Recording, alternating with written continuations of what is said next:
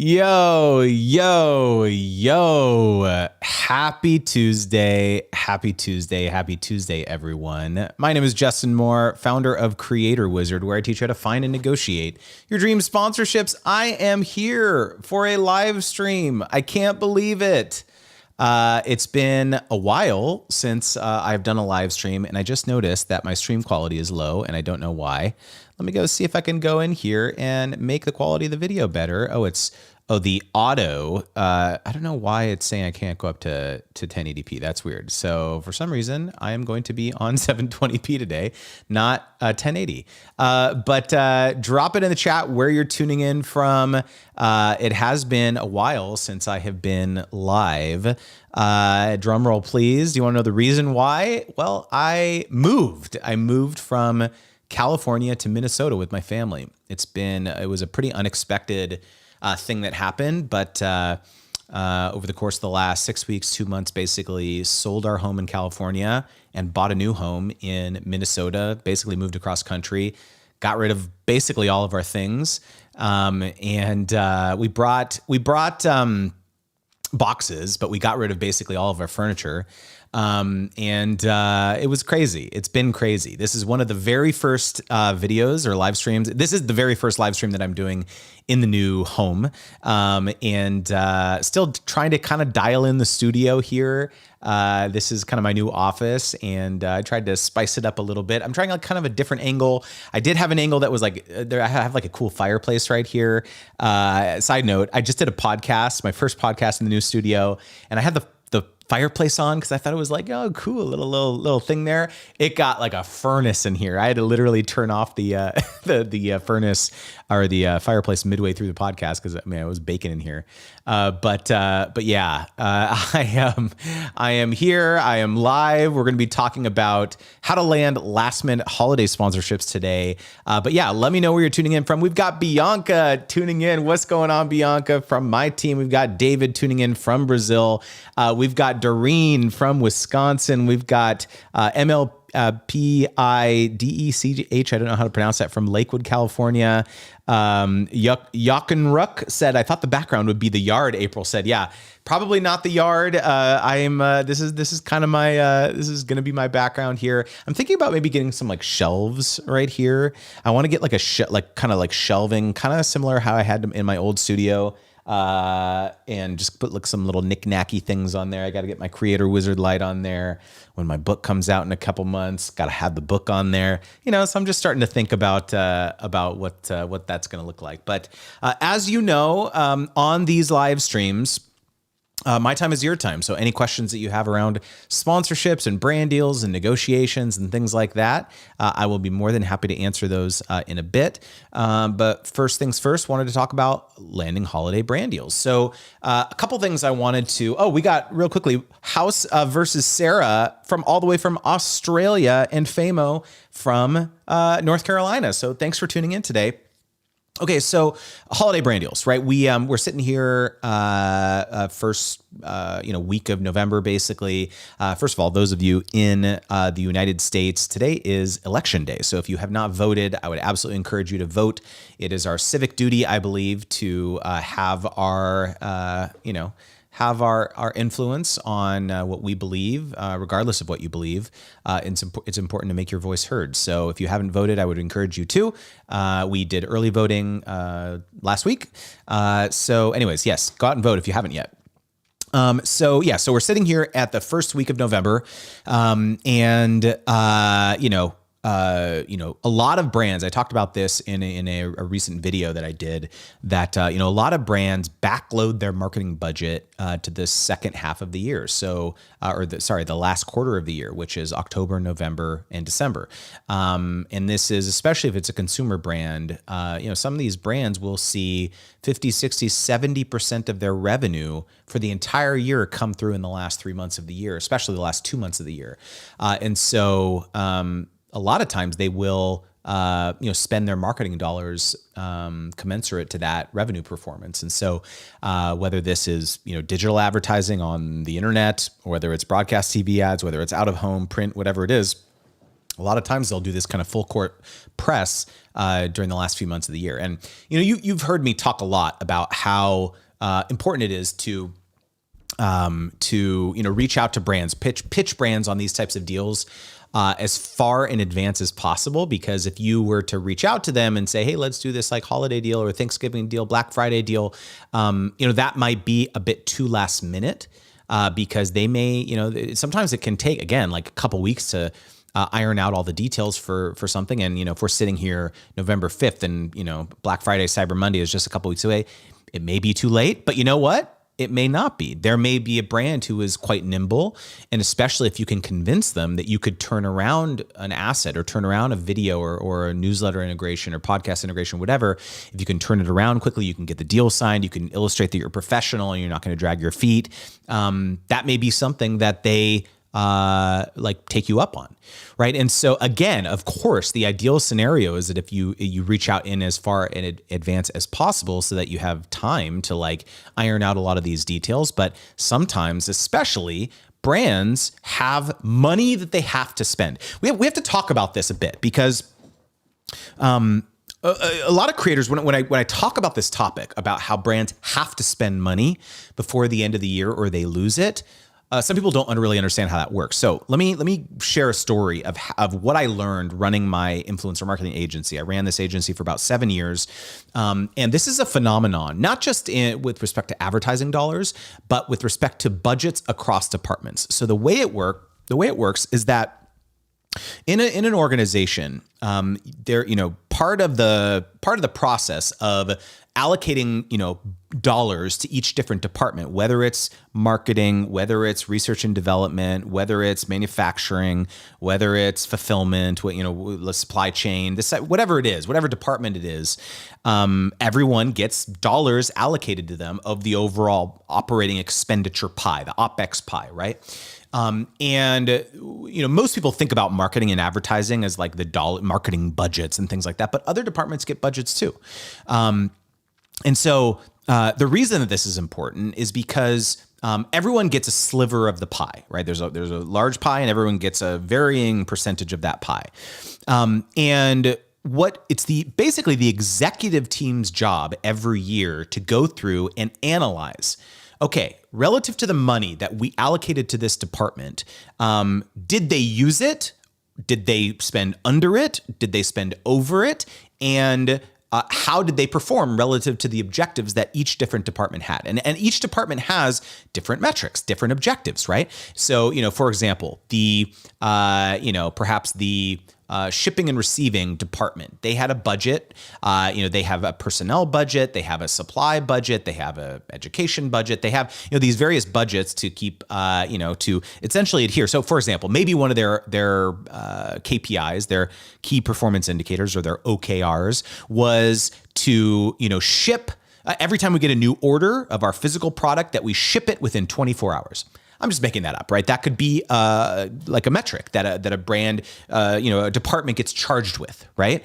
And so they have to think, okay, how can we actually make that happen? And so they may get a budget to hire more people, maybe hire, invest in equipment or automation, robotics, things to actually achieve that objective, right? Shipping everything within 24 hours, right?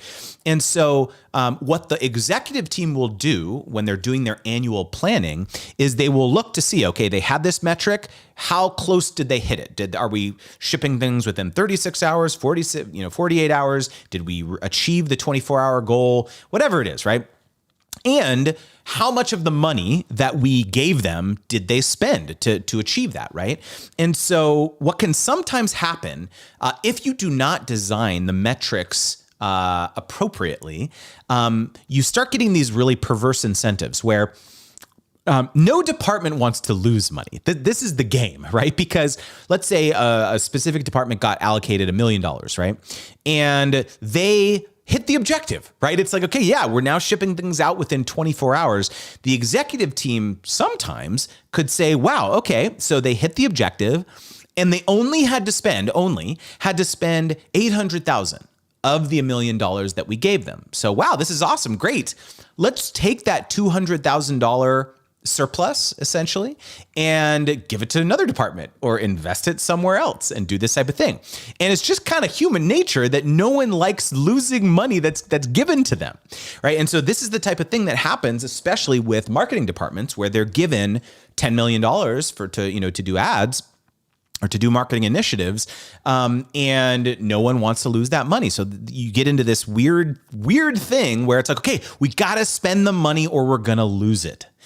Has anyone ever, like, drop it in the chat? Have you, anyone who has ever been in a corporate setting, is this sounding familiar to you? Is this new to you? If you're a creator, you've never really heard that this is the phenomenon that happens.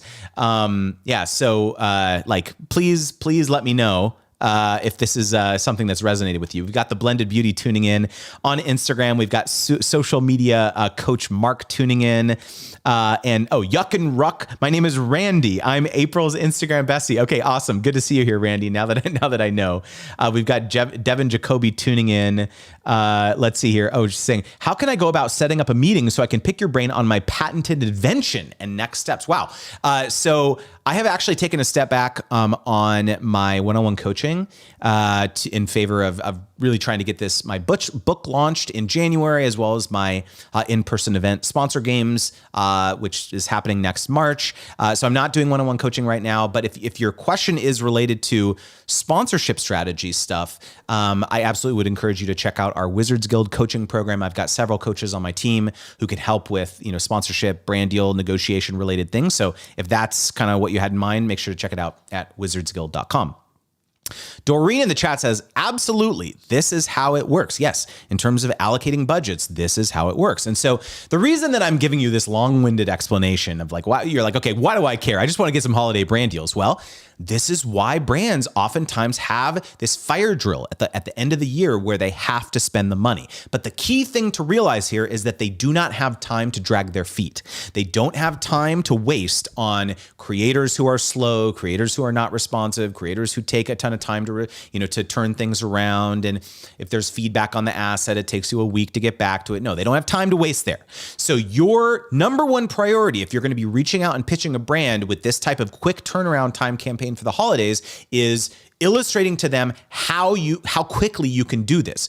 The ideal scenario is if you have another case study that you can send to them of how you did this for a different brand, whether it was for a quick turnaround. One of the things I talk about in my Brand Deal Wizard program or my upcoming book Sponsor Magnet is how important it is to have case studies that you can send to brands to say, hey, here is how I helped another brand in a similar capacity.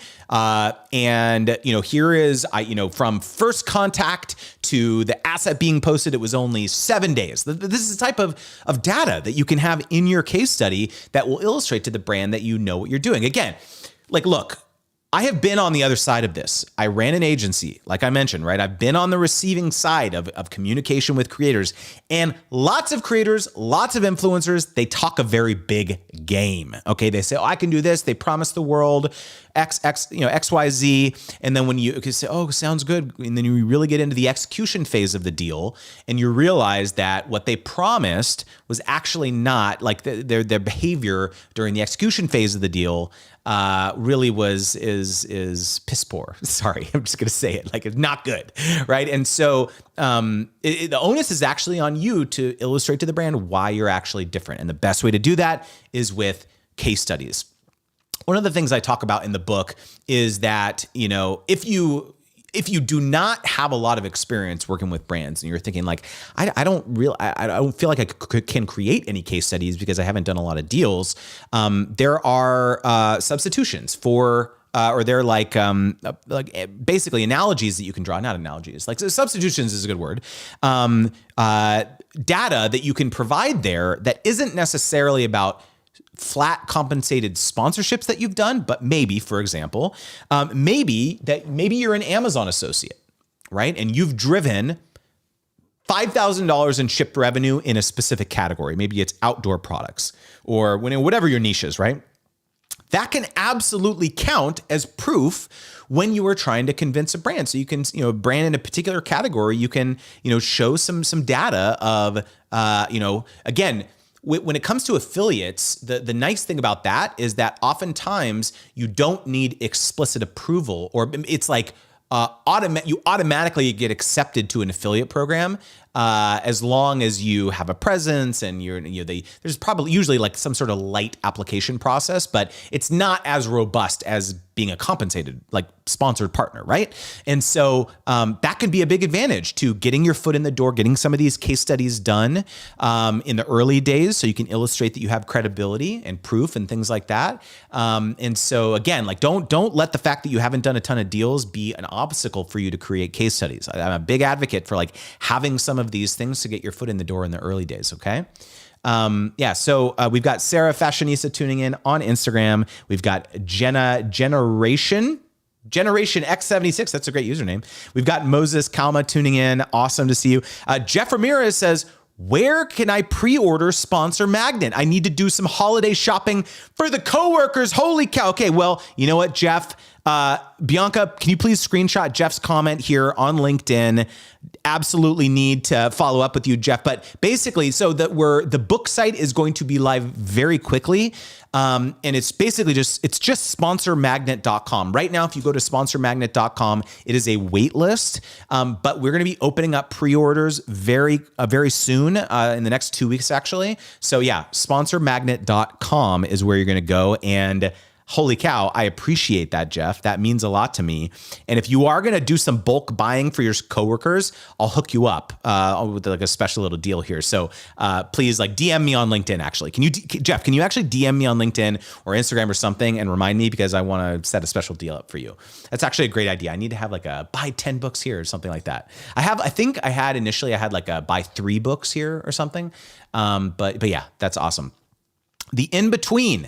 I'm here for you, Justin. Good to see you. Good to see you. Awesome to see you here on the stream. We've got Jason Vaughn tuning in on the stream. We've got Soren Manschitz tuning in.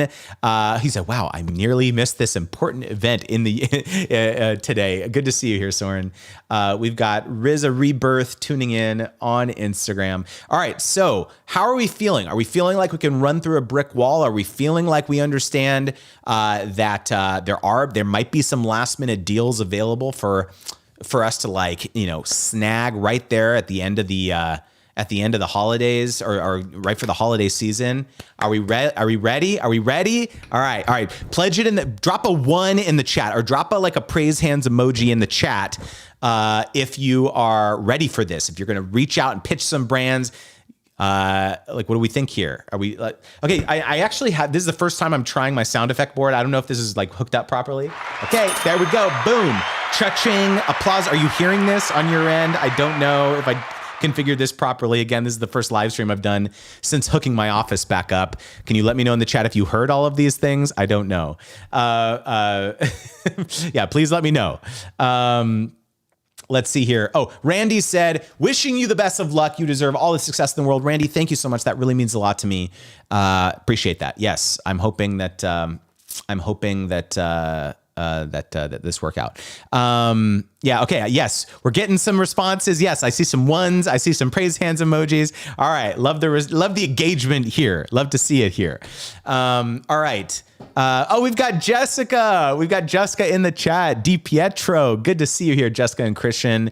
Bianca says, heard. All right. How's the volume level on the clapping? Does it need to be louder? Does it need to be softer? Sorry, I'm just rolling back.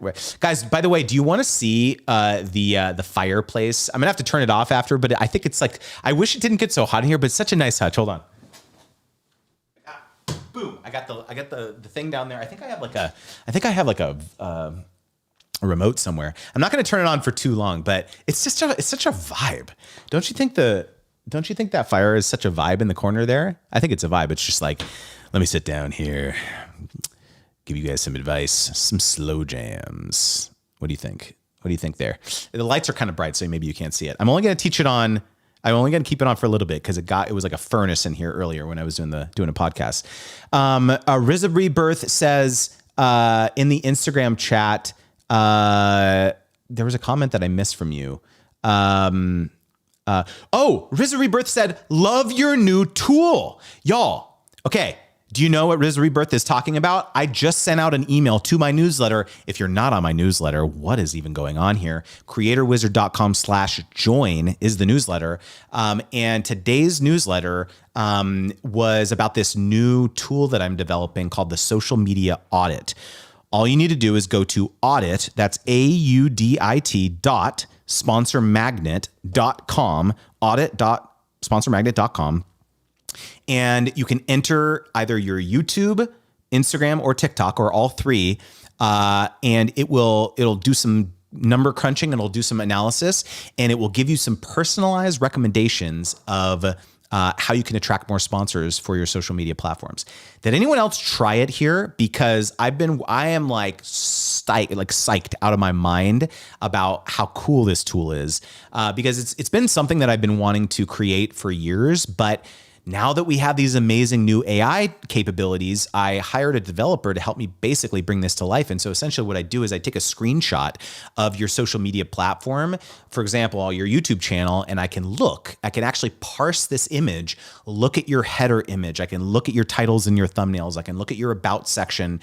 I can basically parse this information and provide some personalized feedback on how you can improve. So for example, like on Instagram, if I look at your bio and I see that you do not have your email address in plain text in your bio, that's a big opportunity, because, one thing I talk about is like, even if you have your email address as a button in Instagram, a lot of brands are not they do not have, or a lot of like brands have hired outside agencies to recruit creators on their behalf, and they do not have access to the brand's Instagram handle to be able to message you, and the brand, that person doesn't want to use their personal Instagram to like contact you on there. So they just want to be able to copy and paste your email address from your bio and put it into their email, client like Outlook or Gmail, G Suite or whatever, to be able to send you that email. So these are the types of tips that I'm able to give you in an automatic way. Like, holy cow, is it like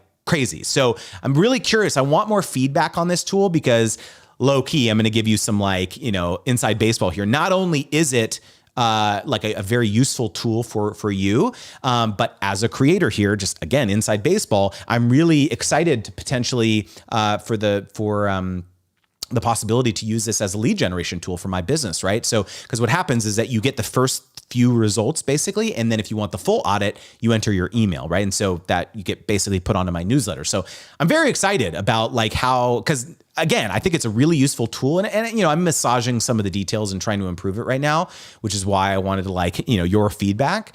Thank you so much to Bianca for dropping the link to the audit in the chat. But I'm really excited for what for the promise of what this could lead to. Heck, I'm honestly even thinking about running paid ads to the tool. Honestly, like running, let's say, Instagram or Facebook ads and being like, hey, get your, free social media audit, your free sponsor audit, click here, this type of thing. I think that there's going to be a lot of excitement over that. Okay, I'm going to turn off the fire because I'm going to forget about it. Oh my God, it's so hot. I don't know if you know this, but I have these like big lights here too, like as part of my studio, in addition to the prop light here. So it gets very hot in here. And I don't have the AC on right now because, again, I moved to Minnesota and it's getting colder, the winter, et cetera, et cetera. All right. Okay. Let's get some real-time feedback here from Jason. Here's what, I just got my audit. I didn't understand this part. The titles of your videos cover various topics related to theme parks and experiences, but they lack a consistent central theme. For example, titles range from reviews to trip tips. This can confuse your audience about what your channel is primarily about. Additionally, the thumbnails must visually align with your titles and convey a common theme or style. So this point in particular about the alignment between your channel type or your channel central theme and your titles and thumbnail. This tip needs to be massaged a bit. I'll fully admit that. The point of this tip is a lot of times I will see creators They will say that they do one thing in their bio, and their videos and their content are about something completely different. So they'll say that they're a food creator, and then a lot of their posts are like their travels and their pets and their kids, and there's nothing wrong with that. But when there's disharmony between what you say you do and what you actually do, that's what the point is about. And the AI, we still need to do a bit of massaging to like get that right. So I'm actually going to take a screenshot of this and send this to my developer, because this is something that still trying to work on. So thanks for the feedback there. All right, let me take a swig here, and let me see what else we got here in the chat. Doreen says it really is fantastic. Love to hear it. I'm glad that it was helpful. Yeah, I'm excited about this. Sarah says, I'm a few minutes behind, but yes, I worked in a government-funded agency for a few years, and the spend it or lose it thing is real. See, I'm not just making stuff up, guys. Like this is real stuff. This is actually what happens in organizations. And, sometimes you may be able to like forge a really, really lucrative deal, a lucrative sponsorships with some of these brands simply because they have to, spend this money. One real life example that I can share. I had to create, this is actually a story that I talk about in the book, where a creator had a brand reach out to them. They basically said, hey, we have $5,000 left in our Q4 budget. And we'd love to collaborate with you. But we only have 5K. And the creator was in a pickle because the scope of work that the brand was asking for, normally they would have charged something like $10,000. But you know what? A deal is a deal. 5K is like 5K, and they really wanted to do it. And so we basically worked together through coaching, and I gave them a very simple suggestion of how they could essentially kind of salvage the deal, because they were thinking about walking away because they just they didn't want to do it for basically half the price. Now, take a quick pause here. Like most creators in this scenario would do a couple of different things. One, they would accept the deal with the brand conceding nothing. Right. So they would just say, oh, okay. Yeah. Happy to make it work for 5K at the original scope. And they don't ask for any reduction in the scope. A lot of creators do things like that. The second one is that they just, pass. They say, no, thank you. A lot of creators will go and flame the brand on social media and be like, how dare they? They're not giving me my fair, my standard rate, and they're lowballing me, and how dare the brand? Like, you might laugh here. You probably will laugh about this because you're sitting here on this live stream. And so you all are and we're on the same level. That's not a good approach. But a lot of creators do this, right? They like flame brands for this type of thing, not really understanding the economics at play, the budget, limitations that the brand has and things like that, right? But what this creator was going to do is that they were going to walk away from the deal. And so I basically suggested something very simple. I said, hey, why not go back to the brand and suggest saying, hey, this scope of work, the investment would be 10,000, but how about this? How about you can pay me half of it from this quarter's budget and half of it from the next quarter's budget, essentially. And the creator, when I gave them that suggestion, the creator said, there's no way that something as simple as that would get the deal across the finish line. But they did it. And the brand came back and said the following. They said, wow, we didn't even know that monthly installments were an option. In that case, can we sign a 12-month deal for 5K a month? This is real. This is a real thing that happened. So this creator was able to turn what was going to be a $5,000 deal into a $60,000 deal simply by being creative about the payment terms. So this could be something that you also keep in the back of your mind when you're negotiating or pitching brands for the next 2 months is if the brand comes up against any sort of budgetary restrictions or things that they're not able to do based on what you're pitching, don't forget about potentially stretching this collaboration, being creative with the payment terms, and that may be the thing that gets it over the finish line.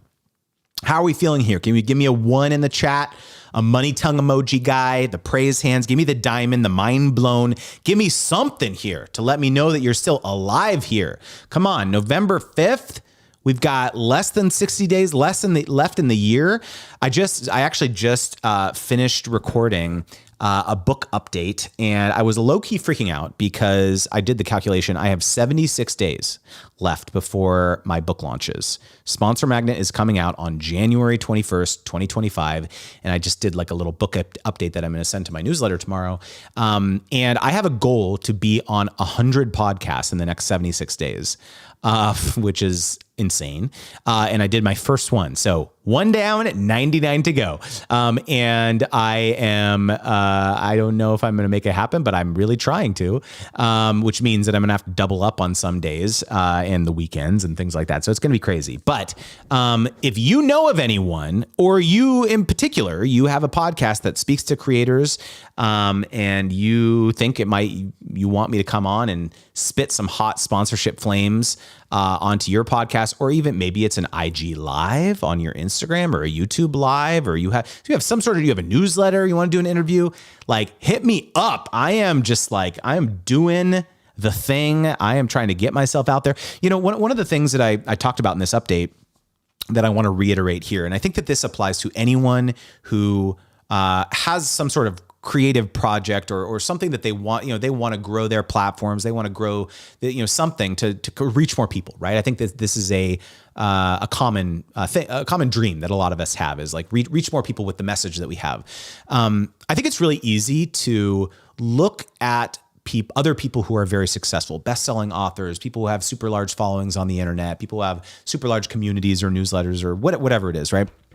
And just think like, wow, easy for those people to accomplish their dreams because they've got this big audience that they can speak to, or they're a celebrity, or whatever. I think it's really easy to kind of make these types of excuses. I simply refuse to take that to take that approach with the book, because I do have a really, I think, quite audacious goal of like impacting a lot of people with my message around sponsorship strategy. And I am going to do everything humanly possible to get this into as many hands as possible. And the advice that I've heard over the years, because, I'm self-publishing, so I'm not with a traditional publisher. I don't have like a, Penguin behind me to like get this thing into bookstores and all that, right? Like I'm doing this on my own, right? With my own audience that I've built, my own newsletter. And basically, the advice that I've heard is that, two things. Number one, you have to write a damn good book. That's the most important thing, right? And number two is get it into 1,000 people's hands. And with the combination of those two things, if your book is good, it will spread via word of mouth. And so I did the first part. I wrote a damn good book. I know that this is going to help people. But the second part is I have to get this into 1,000 people's hands now. Okay. And so what's that going to require? Well, I have a newsletter, yes, which is a great starting place. I've built that up over the last 4 years. But I have also built up a lot of goodwill over the last, number of years with a lot of different people who I've helped. By the way, I helped a lot of these people without any expectation of anything in return. It was never a quid pro quo thing. It was never like I was going to, I was offering to like help feature someone or shout them out in my newsletter with the sneaky intention of like one day, like calling in a favor. It was never like that. It was always just like, I'm going to help people and however I can. And like, I never thought that I was going to like, have to come back and ask for a favor. In fact, like this has been quite uncomfortable for me.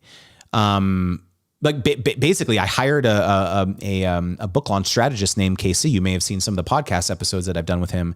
And he really had to push me on this because he was like, okay, look, like if there's ever a time to ask for favors, now is the time, right? Like you've helped so many people. You've established so much goodwill over the last, several years.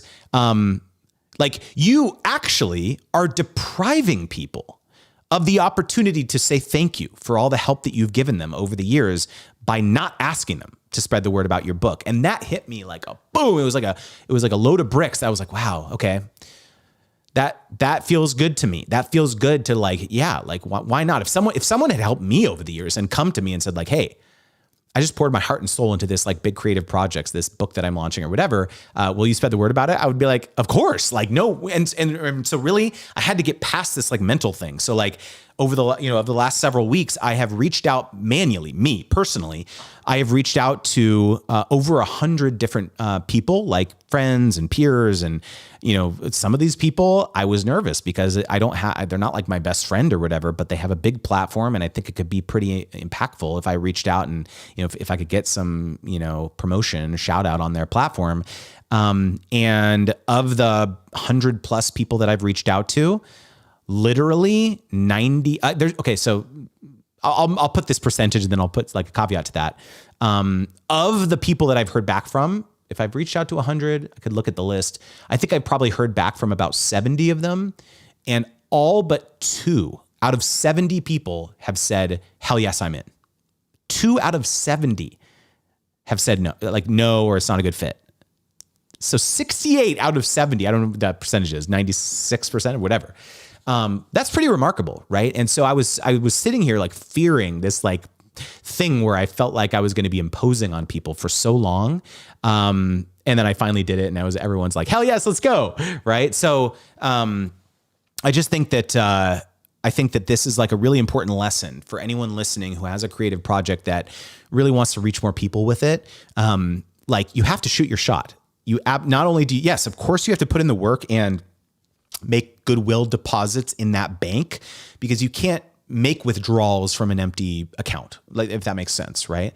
And so you do definitely have to put in the work from that aspect. But like when the time comes, like it's totally okay to like come back and say, hey, would you be willing to help spread the word about this? So, anyways, is this resonating with anyone?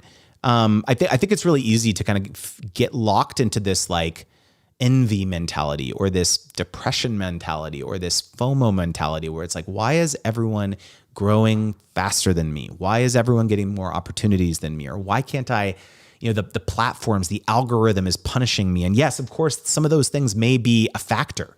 I'm not denying that isn't a factor, but you have to remember what you can control. A lot of those things you have no control over, and it makes no sense to get in that headspace. And so here I am taking matters into my own hands, and I am just reaching out there, and I am just shouting from the rooftops, like, here's my thing.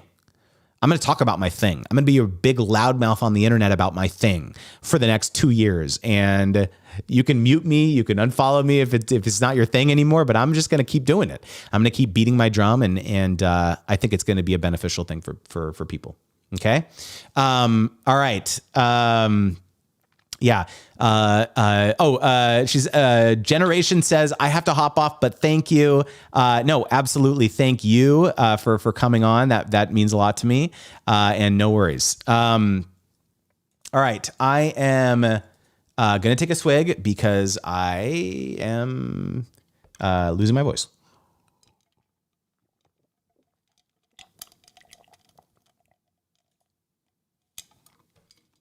Oh my gosh. Lovely Doreen says, I have to tell myself every day not to compare myself to anyone else. Yeah, it's a hard one. It's a hard one. Even I sometimes find myself comparing myself to others, and I think none of us are immune to that type of thing. It's this. I read this book from Andrew Wilkinson last month. And so if you know Andrew Wilkinson, he's the CEO of Tiny, which is like, they acquire a bunch of different businesses. And he has this book called Never Enough: From Barista to Billionaire. It's a really interesting story. It's a bunch of stories about his life. But one story he told was about how he, as he became more and more successful, he started to hang out with more and more successful people, right? And one thing that he realized was that, everyone is looking up. Everyone is looking up at the next tier, right? So he would be around someone who, had, he would go to their house and it was like a $10 million house. And he would be like, wow, what's such a beautiful home. And he'd be like, yeah, but did you see my neighbor? He's got a $50 million house and he's got 10 times more acreage than me. And then you go to that person's house and they'd be like, yeah, this, thanks. I know, I got an awesome house, but wow, did you see that person next door? They've got a yacht, this type of thing. So it's like, you always tend to like look up rather than just like be content with where you're at. Right. And I think that this, exercise in humility and understanding what's most important to you in your life. And I think knowing what game to play. That's another really important thing, is that, when I ran the influencer agency, the game that I thought I wanted to play was the hire 50, 100 employees, sell the agency right off into the sunset, or even raise venture capital and like play that whole game. Because I lived in the San Francisco Bay Area, that's a very pervasive mindset around there. And that was the game that I thought I wanted to play. But once I started playing that game, one thing I realized was that I don't want that. I don't, it took me away from my family. I had to travel all the time. It was a tremendous amount of stress, having a gigantic payroll at the height. My payroll was like $50K a month for the agency, which I was responsible for the livelihood of a lot of people. And I took that really seriously, but it was like super, super stressful. And a lot of times I put the priorities of my employees over my own personal life balance, because I have to make payroll. I have to do this, and that led to a lot of bad decision making, both mentally and financially and things like that. I've talked about the fact that I was like $100K in debt when my agency failed. So, I thought that was like one chapter of my life where I was like, that was the game I was playing. And then when everything crumbled and I kind of had to reinvent myself and my career and everything, I really was very intentional about what is the game that I want to play. And the game that I decided that I wanted to play was not that game. It wasn't the financial game. Of course, yeah, I want to do well and I want to provide for my family and have a nice life and travel and food and have a nice house and all that, of course. But to what point? Once you have those things, and you have a nice livelihood, why do you need more? Who am I trying to impress? The only people really that I care about is my wife and my kids and my family. That's it. That's all I care about. I don't really need the approval or respect of people that I don't really care about in the long run anyway, the random people on the internet, basically, right? And so it's important. It was an important thing to note, because knowing that the game I'm playing impacts the decisions that you make in your business, right? Because if you're not trying to take those gigantic swings, it's okay to be a bit more thoughtful and methodical and, frankly, slower with the decisions that you're making in your business, right? So, if that means that, it's going to take me, 20 years to build up this gigantic body of work and creativity all around the topic of sponsorships, I'm not really in that big of a rush to know what the latest trending sound is on TikTok, or do the latest, social media hack. I'm not in a rush because I'm playing the long game, right? Because it's not just about the money for me. It's about, more legacy. I think that's one of the reasons why I wrote the book. I'm going to pause here because I'm kind of, I'm getting a bit existential here, but is this resonating with anyone? Any of you have been doing this for a while and, needing to kind of rediscover the creative spark of why you started doing this to begin with? I think this is a really important thing to pause and think about sometimes, especially if we've been in the social media game for a while, is remembering why we're doing this type of thing. And for me, it's about impact. It's about having a legacy that I'm leaving on people. And this is why I decided to write the book. I've done probably uploaded close to 2,000 YouTube videos over the last 15 years, maybe even more, across all the channels that we've done. Thousands of social media posts, short videos, hundreds and hundreds of newsletters at this point. But somehow, none of those, I never felt like any of those, I could point to a single piece of content that I made that was yeah, wow, I'm so proud of that. I'm going to remember that, on my deathbed, or I'm going to remember that when I look back on my career, that one YouTube video I made. Yeah, I'm going to be real proud of that. Or it was something it's kind of a funny, novel idea. And so that was why I decided to write the book, because I really feel like I have something to say, something unique to say about this topic. So why not create a distillation of all of those things?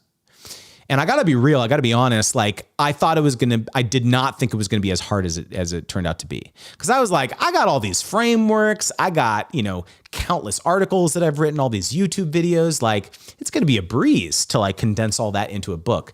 But it was the single hardest creative act that I've ever done by far.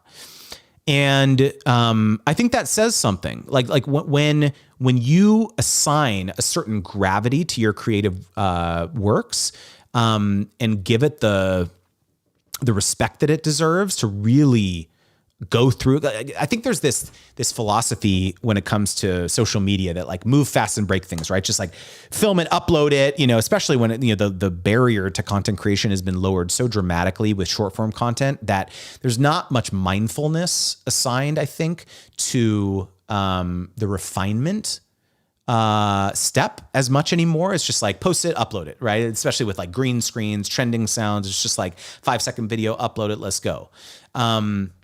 And that, of course, that's not true with every content format, but I do think it's like the barrier to entry of creation is just getting, lower and lower and lower and lower. And I think that there is, especially in the age of AI, when, there is, going to be such a massive proliferation in the amount of content that is going to flood our feeds.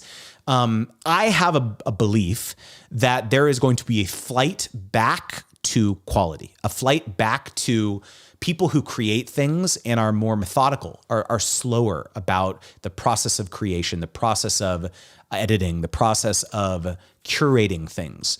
And so that was the approach that I tried to take with the book, was like, okay, it's going to take me a long time to do this. By the way, I did not use AI. The only time I used AI was at the very end of the process to help me create basically tweets from the manuscript that I had written. But I didn't use AI to write the book at all, because I felt like it was important. One thing that AI is really good at is like ingesting a lot of data, and helping you summarize it and things like that. But I wasn't interested in just summarizing what I had already written. I was interested in creating new insights. So that really required me to sit and think a lot about like, what are I've talked about a lot of things, but like, what are the holes? What are the gaps of things that I've never written about, or the things that I've never done a video about? And then surprisingly, I would say about 50% of the book is new material, things that I haven't even talked about yet. And so that was really exciting to me, is like, it took the process of doing this, made me, I don't know. I was just much more thoughtful. I was more thoughtful about the whole process. And I think that, when I look back on my life, this is the thing I'm going to be the most proud of, I think. And so I would encourage everyone here, regardless of what type of content you're creating, and regardless of what, your platform is, or maybe you're just starting out or whatever, is like, be intentional. What is the game that you're playing? By the way, if you know the game that you're playing, can you let me know in the chat if you could distill, this is the game that I'm playing, in 1 or 2 sentences. Can you drop it in the chat? I would love to read some of these, because I think it might be illustrative for other people out there who are thinking about this. Like, what is the game that I'm playing in my business and my life? We've got Shauna Velasco. What's up, Shauna? Good to see you here. Hey, Justin, when are you going to go live every week? I'd love to catch your lives all the time. I want to take sponsorships more seriously for the rest of the year and 2025. Yep, Shauna, this is the time. Tuesdays at 2 p.m. Central. This is going to be the live stream time, the regular live stream time that I'm going to keep. So would love to see you here. Absolutely. Bianca says it's going to be worth all the hard work. The book is amazing. I hope so. I really hope so. All right. Okay. 2 seconds. My wife is calling me, and I got to make sure she's not locked out of the house. Hold on. Hey. Oh, the call just ended. Hopefully she's okay and she's not knocking on the door. Sometimes I have a habit of like locking I'm going to call her just to make sure that she's not locked out. I don't see her, but let me see. I'm going to tell her that I'm on the live stream. This is probably hilarious to all of you watching, but I don't want her to be like stranded out there while I'm on live stream. Hi. Get the waffle thingy. Do you want some? Sorry. Okay. Yeah. I was just, I'm on live stream right now, but I want to make sure you weren't locked out. Okay. No, I'm okay, honey. Thank you. Okay, love you. Bye. We're doing it live. She called me to ask if I wanted like a dessert. They were going to get dessert. But yes. Okay. We've got a bit of time left for the rest of the stream. I'm going to take a swig because I'm thirsty. If you have any questions about negotiations, brand deals, maybe an active deal that you are working on right now, drop it in the chat because I would absolutely love to help you out. And yes, let me know. All right. Also, let me know as I'm thinking through how I'm going to do the decor for like the office. Let me know what you think. I am actually really feeling this like this angle, right? You can see this is like an angled wall right here. So the fireplace is kind of at this angle, and then it's like maybe like a 25 or 30 degree angle with this wall right here. I'm just feeling this so much more instead of being centered on the fireplace. I just feel like it makes for a more interesting angle. What do you think of that? Let me know if you agree with that scenario, that statement, and like what you think I should put over here. Again, I think I'm going to do shelves, like shelves all the way up. Do you feel like that's too much? I want to have the light in there. I don't know. Maybe I don't know. I'm probably going to change the picture on the top there. I just stuck that up there right now. I don't know what I'm doing yet, but yeah. Let me know if you have any creative inspiration that strikes. So yeah, there's something else I was going to mention here. I talked about the audit tool. I talked about the book coming out. Sponsor games. Yes. Okay. Oh my gosh. I can't believe I forgot this. So I guess I haven't really talked about it since the last time I did a live stream, was the fact that we have picked the dates for our first ever in-person event next year in San Antonio. It's called Sponsor Games. Tickets are on sale now. In fact, I think there's a couple early bird tickets left. Sponsorgames.com. If you want to get $400 off your ticket, this is crazy. Go to sponsorgames.com. We've already sold a bunch of tickets. I just put down $20,000 for the venue. So if you can help me not lose a bunch of money, that would be appreciated. It's going to be incredible. So real quickly, I'm not trying to guilt you into buying a ticket. You really should come. But let me give you the pitch for the event. So it's called Sponsor Games. And essentially what we're doing, this is the anti-conference, okay? If you've ever been to like a conference or especially a creator-focused one, you know that they all have the same playbook. There's keynotes, sessions, and then they have workshops, or maybe there's panels, and you don't really learn that much. It's kind of a snore fest. You're on your phone all the time. A lot of times the most valuable part is like the hallway conversations or going out to dinner with friends that you meet there and connecting with people on the internet who you've never, met for the first time or whatever.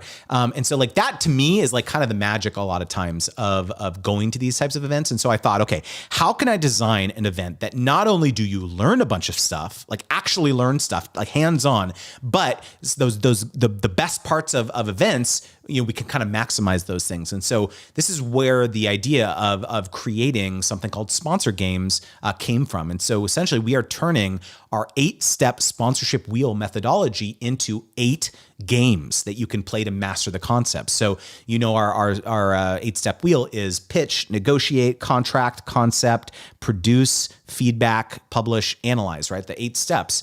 And we're turning each of those into games that you can play to essentially master those concepts. And the coolest part is that there is going to be 8 finalists from the games, and you will essentially advance to the culminating of sponsor tank event where you will pitch real influencer marketing managers from brands. They will be on a panel and you will compete to win a grand prize of $5,000 cash. And there's going to be 7 runners up who get a bunch of prizes and things like that. It's going to be a ton of fun. So if this sounds like something that you want to do, if you want to attend, if you want to grab a ticket, and you want to join Doreen because she said here in the chat that she is going and she can't wait. If you want to join Doreen, the vibes are going to be immaculate. Let's just put it that way. I'm going to be there. My whole team is going to be there. Dee, Bianca, Joe from my team is going to be there. It's going to be a blast. It's going to be a one-of-a-kind event. It is going to be, again, in San Antonio, March 16th to the 19th. We're going to have a amazing opening party. We're going to have awesome food. This is another thing is like, I thought of all the things that suck about events. And one thing that always sucks about a lot of them is the food. The food sucks. And I was like, okay, well, I'm going to blow a bunch of money on awesome food. Like literally like this is the types of things that I'm doing for this event is like, we just want to like have awesome food. And so there's going to be great food. And San Antonio is going to be a bunch of fun. The event that we picked is right on the Riverwalk. It's the Jack Gunther Pavilion at the Briscoe Western Art Museum. So it's at an art museum. It's right on the Riverwalk. If that type of vibe is fun for you, they have the Alamo there as a tourist attraction. Bring your family. It's going to be a lot of fun. I'm so stoked. Jessica says, Christian and I cannot wait for this event. We've got Jessica who is coming here. We've got Anne. Anne is here. She says she's going. Yes. Holy cow. This is going to be so much fun. Yes. It's also a great tax write-off. I love that. The in-between says that. Okay. I'm not a financial advisor or tax professional, but that's a great idea. I do agree with that. That is a great idea. We're coming up on the end of the calendar year. Maybe that would be a great idea. Hey, let's go. Yeah. So, David says someone sponsor me to pay for tickets from Brazil. Oh man. Yeah, that would be cool. And I mean, honestly, I have a pretty ambitious vision for, what this event could turn into one day, right? Because it's like sponsorships are the number one revenue stream for a lot of creators and influencers and businesses. And there is no event devoted to this topic. I should have led with that. Like literally, there's no event. You go to some events and maybe they have one or two talks on it or like a little mini track over here. But I'm like, dude, what are we doing here? This is like the number one revenue stream. There should be an event focused on this. And so I was like, you know what? I'm just going to be the guy. I'm going to do it. I'm going to put I want this event it's the event I always wanted to exist. So I just had to do it. I put down 20 grand, reserved it. I'm calling my shot here. So I would really like to not lose money. So it would be great if you came. So yeah, it would be a lot of fun. At the very least, you're going to learn a lot because we're taking this super seriously. It's going to be fun. It's going to be intense. There's going to be a lot of learning and there's going to be a super fun, like, sponsor tank, like pitch tank type thing at the end of it on the final day. And it's going to be a blast. We've got a lot of stuff cooking up our sleeves. So, I can't wait. So how was this hype? Was this a good pitch for the event? How can I improve the pitch for the event? Let me know in the chat because I'm really trying to, my goal. Okay. Here's my goal is, we are trying to, I'm going to do a big push towards the end of the year to basically, sell more tickets for the event. And I'm trying to think of really creative ways, to do this. And so one idea I have is that I'm going to probably do a week-long email campaign from December 26th to like the 1st of January, like that time in between the holidays where it's like the holidays are over, you're sick of your family, you're sick of leftovers, and you're just like not working, a lot of people, and you're just like on your phone. So my idea is like, I'm going to run a campaign during this period. I don't know if it's going to work. One of my friends told me that this actually works pretty well around this time of the year. So I don't know. Any other creative ideas here that we have for spreading the word about the event? I'm really trying to be a loudmouth about the event. Jessica says, can you give an example of what you pitched brands for your event when you initially reached out after the initial intro email from a mutual person, like email form, video form? I remember you mentioning you sent a highlight reel, why this is different. Yeah. So I've done a bunch of different things. And every time I would reach out to them, I would send them something new. So in the beginning, when I didn't have a website up, I didn't have a highlight reel of what the event was going to be about. It was a pitch deck. So I had 5 to 6 slides about what the event was going to be about and why it needed to exist and why we thought it was going to be such a good fit for the sponsor to be part of it, this type of thing. That led to the initial conversations. Then, when things kind of fell a little bit silent with the sponsor, I would follow up with, oh, hey, now I have this highlight reel, right? I put this 3-minute video together, or actually it was a 1-minute video together. here's a quick overview of what the event's going to be. It was like an unlisted video. I just finished. I was like, oh, I'm just so excited. I just finished the edit for this video. Go take a look at it. This type of thing. Then when I had sent that, then we had the website ready. So I had sent that. We said we opened tickets for sale. So always finding an opportunity to just like have an excuse to like reach out to the brand and say, hey, here's what's going on in our world. Oftentimes it's that very action of like coming to the top of their inbox with some sort of update can restart the conversations. And that's just been, that is a universal truth with sponsorships in general. It's not just for events. It's about anything that you're doing, right? If you're pitching sponsors for the holidays, which is the topic of this live stream, that very act of like finding creative things to say rather than just follow up on this. You got any deals for me? Those are the types of things that do not restart conversations. But if you say, hey, I was wondering if you saw this thing trend that's like blowing up on TikTok right now. I actually think your brand should do a spin on this in the following way. Here's a couple different video ideas. Oh, by the way, hey, I just made a quick sample of 30 seconds. Go take a look at this file I attached. Like, hey, what do you think, right? Like oftentimes it's that type of proactivity that leads to those types of deals. So yeah, hope that helps, Jessica. Guys, thank you for tuning in to another awesome live stream. Excited to get back into doing these regularly. And I hope you have a wonderful week. And if you live in the US, go vote. It's your civic duty. Regardless of what you believe, make your voice heard. All right.